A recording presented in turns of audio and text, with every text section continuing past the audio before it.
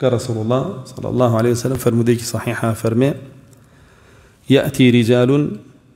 على أمثال السرج ينزلون على أبواب المساجد فيصلون الجماعات أولئك لا ترفع صلواتهم نساؤهم كاسيات عاريات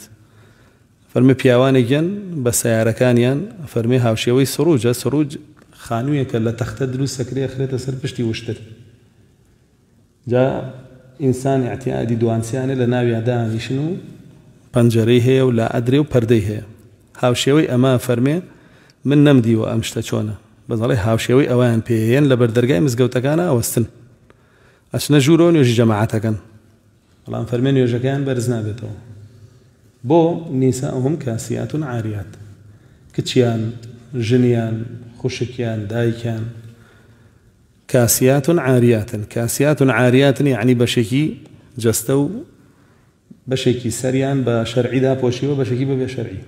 بەشێکی ڕوتە بەشێکی تەسکە بەشێکی تەنکە بەشێکیشی داپۆشراوە ئەمە نوێژەکانیانە فەرمێ بەرز نابێتەوە جا کێ و جلەی بۆ کڕیوە ئەو هاوکاریەتی لەو تاوانە گەورەیە مادام هاوکاریەتی لەو تاوانە گەورەیە بێتە هۆی ئەوەی کە نوقسانی بکەوێتە نوێژەکانیەوە و ئینسانە بێ ئاگادار بێت چی سەرفەکە بۆ ماڵ و مناڵی لە چیا سەرفیشیەکە هەرمەرج نییە ماڵ چۆن پایەکەی کێشەمان نییە ماڵەکەت سەرچاوەکەی حەڵاڵە بە کرێکاری پایەکەی باشە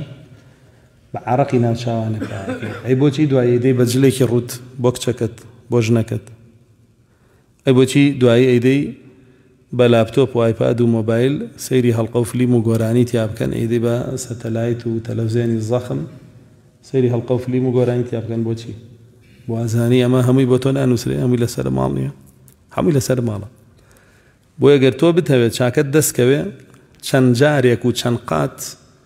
لەو ماڵەیە کە سەرفێکی بۆ ماڵ و مناڵێ با لە حەڵاڵا بێ وەکو چۆن لە حەڵاڵی شاپایەکەی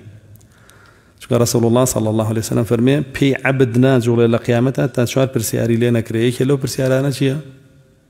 ماڵەکەی چۆن پیا کرد وە لە چیا سەرفی کرد ئێتر خۆ دامادەکە بۆ جوابی و پرسیارە چۆن ماڵ و سەرۆت و سامانە پیا کرد بە حەڵاڵ یا حەرام ئەی لە چیا سەرفە کرد لە حەڵاڵە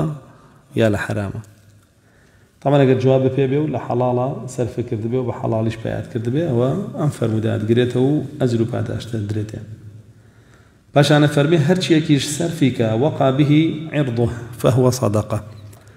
هەر ماڵێکیش سەرفی کە لە پێناوی ئەوەیە داوێنی خۆی بپارێزێ بە پاکیەوە بۆی دیسان چییە؟ سەدەقەیە و ئەجرە